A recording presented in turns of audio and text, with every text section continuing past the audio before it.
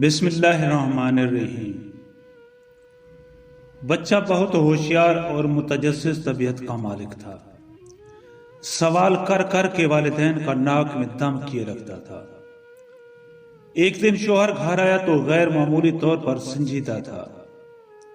کیا دفتر میں کسی سے جھگڑا ہوا ہے؟ بیوی نے سوال تھا۔ نہیں، جھگڑا تو تمہیں پتا ہے کہ میں کسی سے نہیں کرتا۔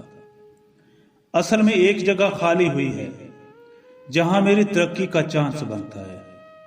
میں نے کل باس کی دعوت کی ہے، اگر خوش ہو گیا تو سمجھو کام بن جائے گا۔ بہت اچھی بات ہے، بیوی نے کہا، مگر اس میں پریشان ہونے والی کیا بات ہے؟ پریشانی یہ ہے کہ باس کی ناک کچھ زیادہ ہی لمبی ہے۔ اب اگر ہمارے افلاطون بیٹے نے اس کی ناک پہ تبصرہ کر دیا تو سمجھو بیڑا غرق ہو جائے گا۔ کوئی نہیں، میں ہوں نا، سب سنبھال لوں گی۔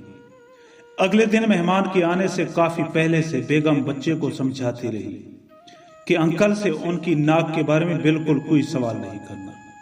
پھر بھی بے اعتباری کے باعث وہ بچے کو پڑوسی کے گھر بیٹ بال دے کر کرکٹ کھیلنے چھوڑ آئی۔ مہمان تشریف لائے، خاتون خانہ ابھی چائے بنا کر لائی ہی تھی کہ پڑوس سے ٹھا کر کے گیند مہمان کے پاس آ گری۔ گیند کے پیچھے پیچھے منا بھی دوڑتا ہوا آ پہنچا۔ مننے کو دیکھ کر اس کی ماں کا رنگ فاق ہو گیا۔ مہمان نے بڑے پیار سے گیند اٹھا کر مننے کی طرف بڑھائی، مگر منا گیند کو بھول کر باز کی ناک کو یوں دیکھ رہا تھا جیسے کسائی بکرے کو دیکھا کرتا ہے۔